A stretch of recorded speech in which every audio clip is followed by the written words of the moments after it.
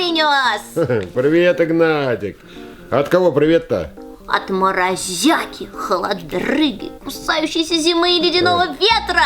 Ага, вижу. Вон все эти ребята на тебе сидят. Ну-ка давай стряхивайся. Сейчас отогреешься. Какой это греешься? У вас дубарь, как в ледяной пещере со сталактитами. А что такое сталактиты? Ребята-то, наверное, и не знают, что это такое. Сталактиты и сталагмиты – это такие большие ледяные сосульки, которые свисают с потолка и растут из земли в ледяной пещере. Очень красивые, но холоднющие. Вон она как. И как же вы там греетесь-то? Мы костерчик разводим, у костра всегда тепло. Вот и мы сейчас с тобой костерчик разведем и погреемся. Костерчик здесь? Да не смешите вы меня, у вас же дом деревянный, сгорит запросто. Ну конечно, на полу мы не будем костер разжигать. Но есть у меня чудо-печка-камин. Там мы и костерчик разожжем, и пламя посмотрим красивое, налюбуемся красоте. Вон она у стенки стоит.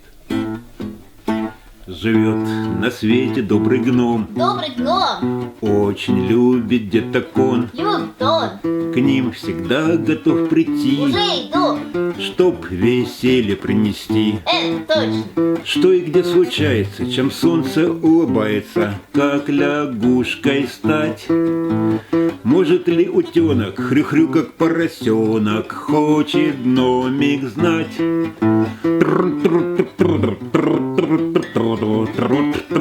Дядя Женя И гном Игнат.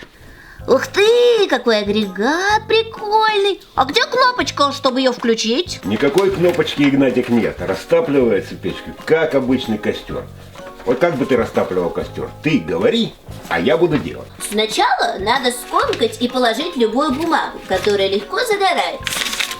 И в печечку. Потом положить на бумагу тоненькие веточки или палочки, лучинки. Где тут наши лучинки? Да вот они. Сейчас мы выберем такие палочки красивые и сложим их колодцем, чтобы был приток воздуха и чтобы они хорошенько разгорелись. Правильно, можно еще и шалашиком лучинки укладывать, потом палочки потолще. Вот они, палочки потолще. Кладем один, второй, третий. Выполнено, сэр. А что дальше? Как что? Поджигать надо! А вот и нет. Во-первых, надо положить еще покрупнее палочки. Это полежки, которые потом долго-долго будут гореть в печке. Я их тоже укладываю квадратиком, чтобы был приток воздуха. Но это еще не все.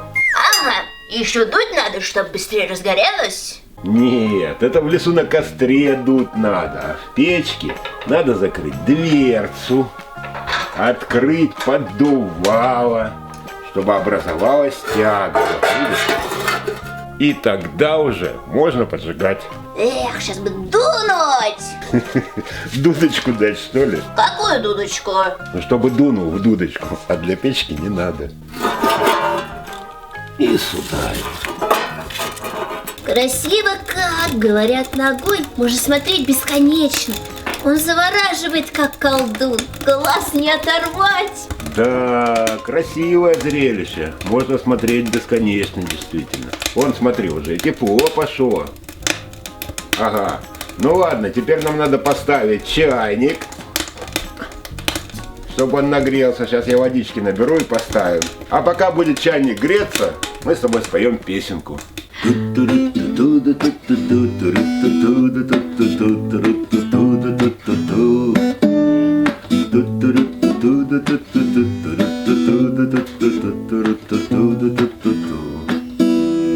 Дым костра создает уют, искры гаснут в полете сами.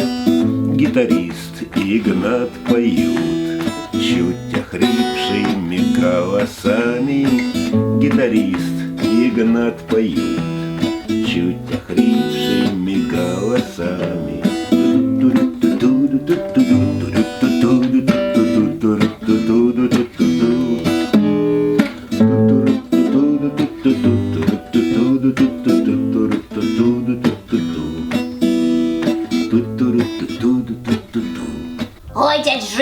теперь я смогу сам растапливать печку волшебную. Конечно, сможешь. Только обязательно под присмотром взрослых. Еще раз повторяю, ребята, костры и печки нужно разжигать только со взрослыми. А пока. Пока! Дядя Женя И гном Игнат.